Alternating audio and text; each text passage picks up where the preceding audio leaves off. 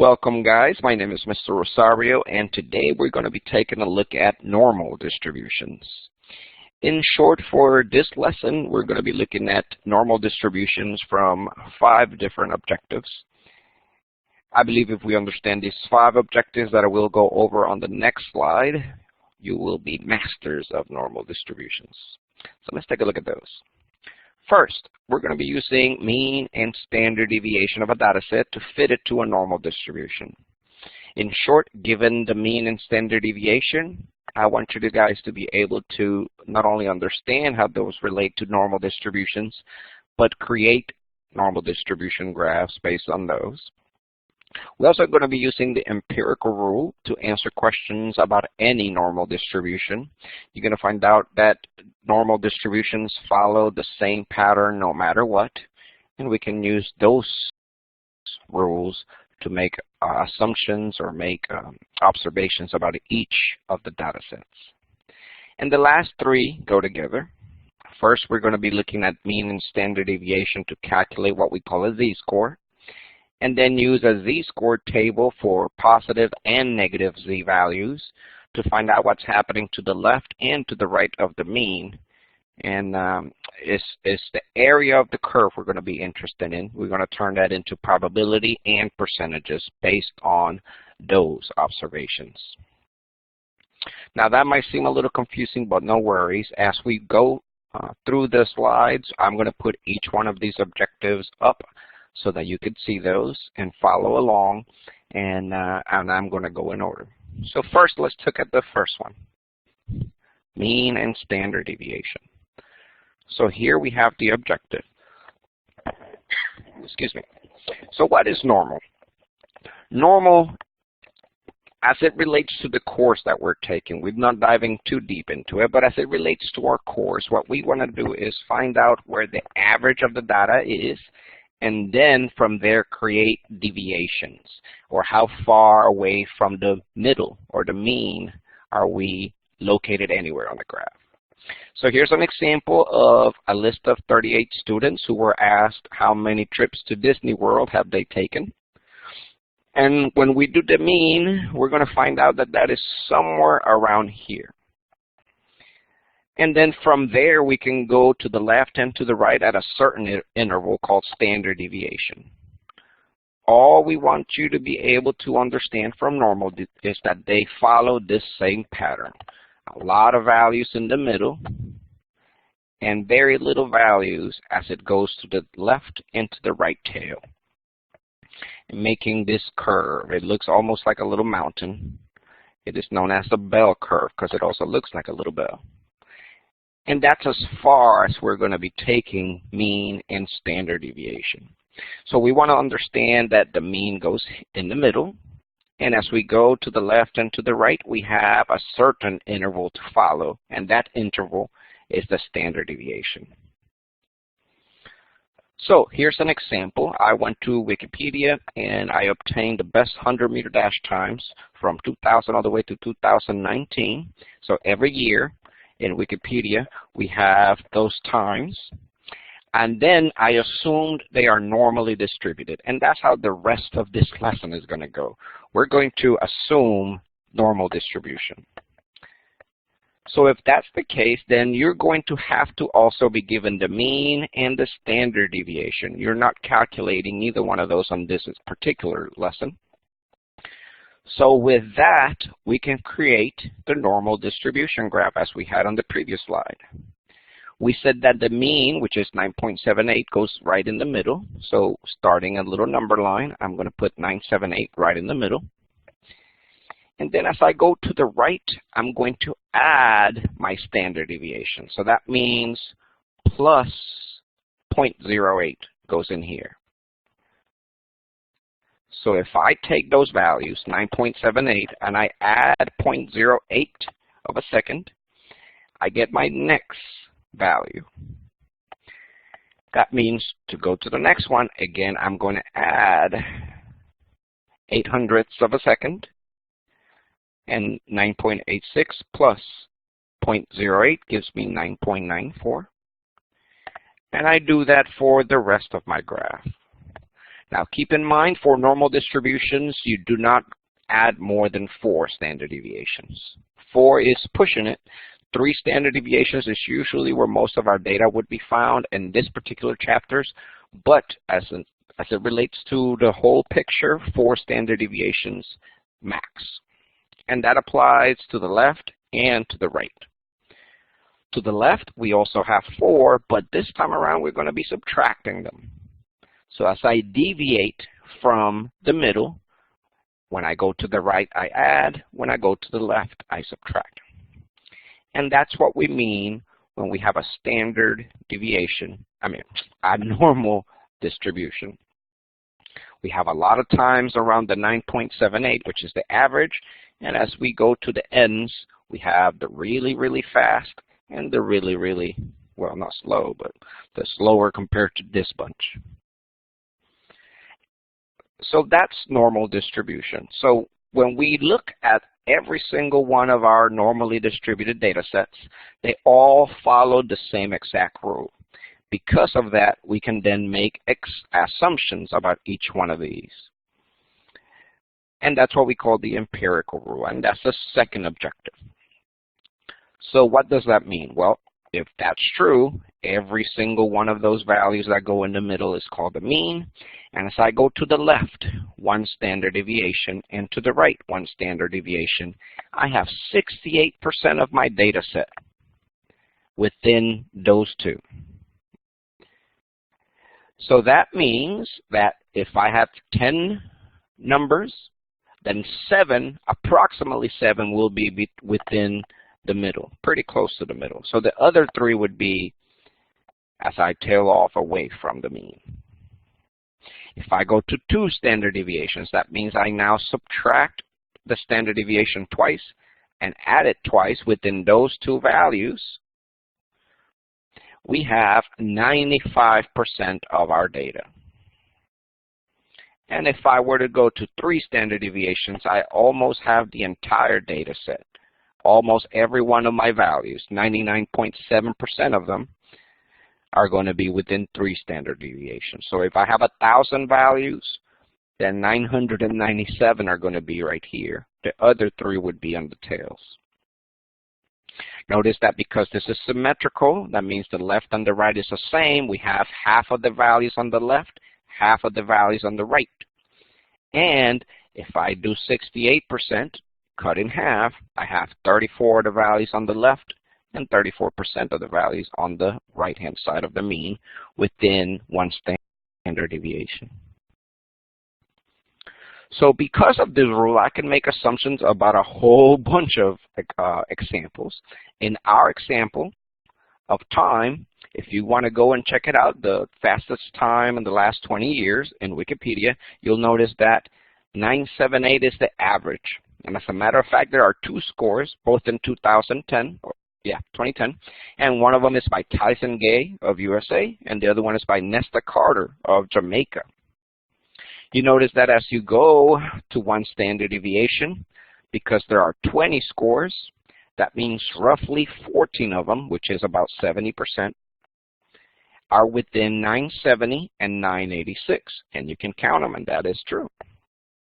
And as you go all the way to the ends, these patterns follow in that you only have the fastest time here at 9.58. And that is Usain Bolt in 2009. Usain of Jamaica with 9.58. Right? Yep, there it is. And then the slowest time is slow is pretty fast still. Patrick Johnson of Australia, and he ran a 993 right here.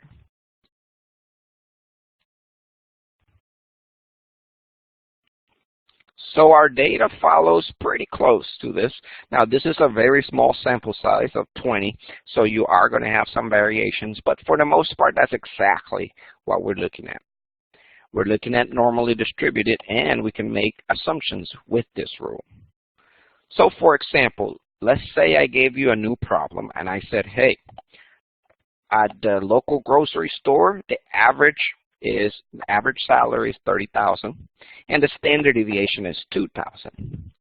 Make some assumptions with the normal distribution or the empirical rule. Well, before I make any assumptions, I want to know where my values are at. So I'm going to fill the mean with 30,000. And as I go to the right, I add 2,000 because that's the standard deviation. And as I go to the left, I subtract 2,000. And doing a makeshift graph like this allows me to put the values in perspective so that I can answer whatever questions are thrown at me using the empirical rule. For example, if they ask me approximately how many people make more than $36,000. Well, I know where $36,000 is. More than is anything to the right of that, just like a number line. So that is approximately 0.15% make more than 36,000. What if I ask you how many people make less than $28,000? Well, now we have $28,000 is this section of the graph. Because I said less than, it is the section on the left, which I'm going to shade right here. All these people shaded are values are less than 28,000. So what percentage of people are those? Well, these three sections added together make up the section less than $28,000. So if I want to find that out, I do 13.5%, 2.35%, and 0.15% and add those up. And I get 16% of the people that work there make less than $28,000. So if there's 100 people working there, 16 of them make less than $28,000. And that's again using the empirical rule. Now I'll say you do not have to memorize this rule.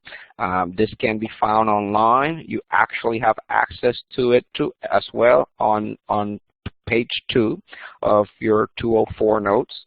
So you have access to that. You don't have to worry about memorizing it or anything like that. You can also, of course, use this video, pause it, and use those percentages. So that's how we not only use the mean and standard deviation to see how it relates to our normal distribution as the first standard or first objective let us know, but that's also as the second objective lets us know using normal distribution to answer questions about any distribution. Now for the third one, we're going to use something called z-tables, and these are also found on page 2 of your notes. This one is going to be filed with 2 pages, and the reason it's 2 pages is because you have 2 different z-tables. The first one is going to be for positive standard deviations, and then the other one is going to be for negative standard deviations. Notice that negative ones mean to the left of the mean, and right means, or positive means to the right of the mean. And we'll show you how to read that. So we need this in order to convert any value to a z-score. In other words, when we're talking about standard deviations, we're talking in terms of z when we use the empirical rule. So one standard deviation to the right means plus 1 as a z-score. So that's a z-score value. If I say two standard deviations to the left, that z value is -2 because we went 2 negative standard deviations. The problem comes when I ask for what happens for a value in between those that the empirical rule does not allow me to use. For example, going to our $30,000 example, what if I ask you anybody making $31,000? Or $32,195.35. So those values can't be, since they're not found on the empirical rule, can't be, unless you are really genius at making those conversions in your mind, can't be really answered unless they are converted. And that's where this table comes in hand, this formula comes in hand. We're going to take whatever value we're given, such as the 31,000 or 30,595, subtract the mean, and then whatever answer you get, divide by standard deviation. So for these problems, again, you have to be given the mean, you have to be given the standard deviation, you have to be told you are normally distributed, and then you're given the value they want you to convert. And that's how we are going to use these last three steps. Now, because these three steps take a lot of space on our examples, I'm only going to reference them here, but know that that's what we're going to be doing the last two examples. So let's do the first one. Let's use the mean and standard deviation to calculate a z-score, and then let's look at the tables so that we can see if we're going to use positive or negative values. Here's an example. Again, we're using the same values from that Wikipedia 2000 to 2019, and we're using the same mean, the same standard deviation. So the question is, what is the probability that a runner selected at random runs the 100-meter dash in less than 9.64 seconds? So we're given the x value, we're given the average or the mean, and we're given the standard deviation. It looks like a 5, but that's an S. When we put it together, we want to do x minus the average or the mean divided by standard deviation. So plugging this in, 9.64 minus 9.78 divided by 0.08. So if you do that on the very top, the numerator is going to be negative 0.14. And if you divide this out, it turns out to be negative 1.75. And that's your z-score. Notice because it's negative, it is on the left of the mean, which we knew because the value is 9.64, and that is less than 9.78, so it's on the left. That means here's the average, 978. And we're looking at a time somewhere here, 9.64 on the left-hand side. So what do we do now? Well, we want to go back to our z tables. Notice we have negative z's and positive z's. Because our value was negative 1.75, we want to use the negative one.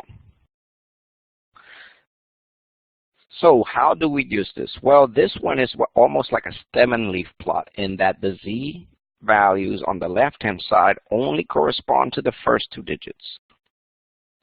So we want to ignore the 5 for now. And as we go looking down this table, this column, I notice that the negative 1.7 is right there. So those are the values. I want to pretty much ignore everything else. We only want to look at this row right here.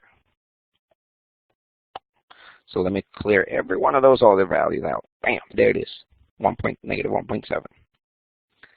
Now that we use that, we want to use the last digit, which is the hundredths place. So because it's the hundredths place, it is almost as if we were looking at 0.05. Because if we add those two, we get negative 1.75. And that's how we use the top values. The top values are columns for the hundredths place on your z value. Because we're looking at the 0.005, we ignored every one of these and go straight down to locate that number, which is the probability, 0.4006. What does this mean? Well, here's this part of the curve. Every time you access the table, you'll have this curve and you'll have the shading. The shading tells me the area of that curve. This curve, you can almost look at it as a rounded triangle, 1/2 base times height. And this section right here, this sliver of it, it is the probability of any number less than negative 1.75. In this case, since we looked it up.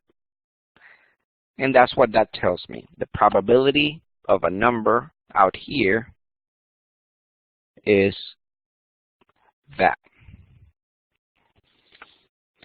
And if we go back to our table, that's why I put a little, that's why I put a little star next to this. because less than is important. You'll be asked questions that ask less than, you'll be asked questions that ask more than, so knowing specifically what we're looking for helps us. So the probability is 0 for, I think it was 0, 0, yep, 6. Some questions, again, will ask you about the percentage, which is why I have this second question here. It is exactly the same question, but instead of probability, I chose percentage. And you simply multiply that by 100, 0.04006 times 100, and that gives me a percentage of 4.006%. So approximately 4% are less than 9.64 seconds. Now, note on this less than in your questions can be a relative term. They might, for example, ask faster, which you then have to understand it is values less than 6.964. If it's talking about height, they could talk about higher values or taller, or which one of these is lower. If they're talking about weight, which one is heavier, which one is lighter. So keep that in mind. You may have to make that conversion when they talk about relative terms.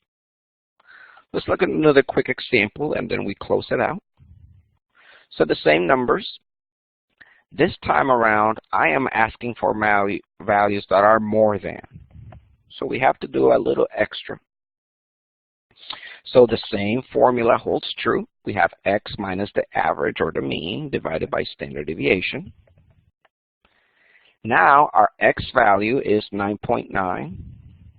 And we want to subtract the mean and divide by the standard deviation. When we do that, our numerator is going to be 0.12.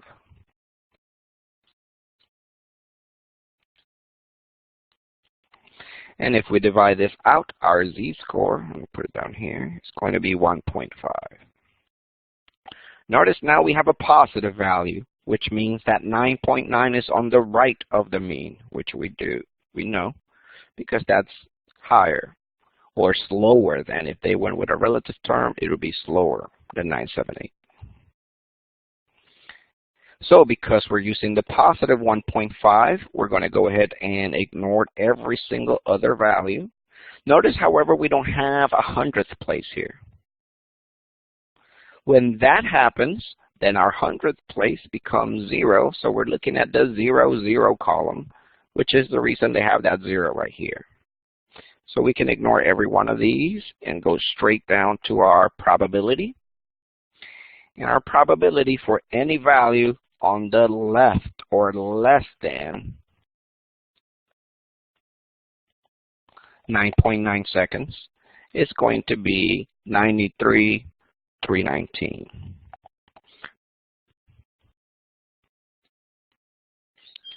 Notice that they're asking for values, again, more than 9.9 seconds. So this represents the values that are less than 9.9 seconds.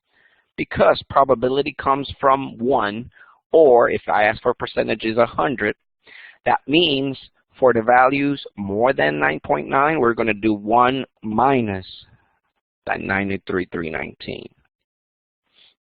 Understand 1 meaning the probability that any event happens. The whole thing, the entire probability is 1. The entire area under the curve is 1. And then these are decimal parts of it. The decimal part that corresponds to the values that are more than, when we subtract this, we're going to get, I have to go to my handy dandy calculator, 1 minus 93319.